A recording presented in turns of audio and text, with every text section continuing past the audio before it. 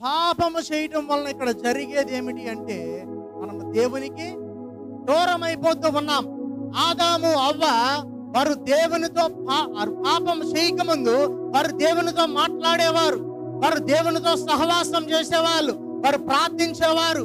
దేవుడు అనుదినము వారి పక్కన వచ్చి కూర్చుని వారి యొక్క కష్టాలు ఆయన పంచుకునేవాడు. కానీ ఎప్పుడైతే వారు పాపం చేసి ఉన్నారో వారు ఏం చేసి ఉన్నారంటే వారి ముఖము దాచుకోవలసిన పరిస్థితి. వారి మనోనేత్రాలు తెరవబడ్డాయి, వారి హృదయము తెరవబడింది. మేము పాపం చేసామని వారు గ్రహించుకున్నారు. ఈరోజు పాపము మన జీవితంలో వచ్చింది అంటే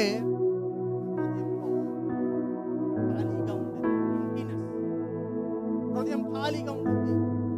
ఏం చేస్తున్నానో నాకు అర్థం కావటలా, జీవితంలో ఎందుకు బతుకుతున్నానో అర్థం కాని బతుకు నేను బతుకుతూ ఉన్నానని అనేక సార్లు అనుకుంటూ ఉంటావు. పరిశీలించుకున్నావా? నేను ఏదైనా ఒక రకమైన పాపం చేశానేమో అని. ఎందుకు నాకు ఈ ఒంటరితనం వస్తుంది? ఎందుకు నాకు ఈ కన్ఫ్యూజన్ వస్తుంది? ఎందుకు నేను ఇంత అయోమయంగా ఉన్నాను? ఎందుకు నా జీవితానికి ఒక ఉద్దేశం లేకుండా ఇవన్నీ మన జీవితంలో కలిగి ఉన్నాయి అంటే దేవుని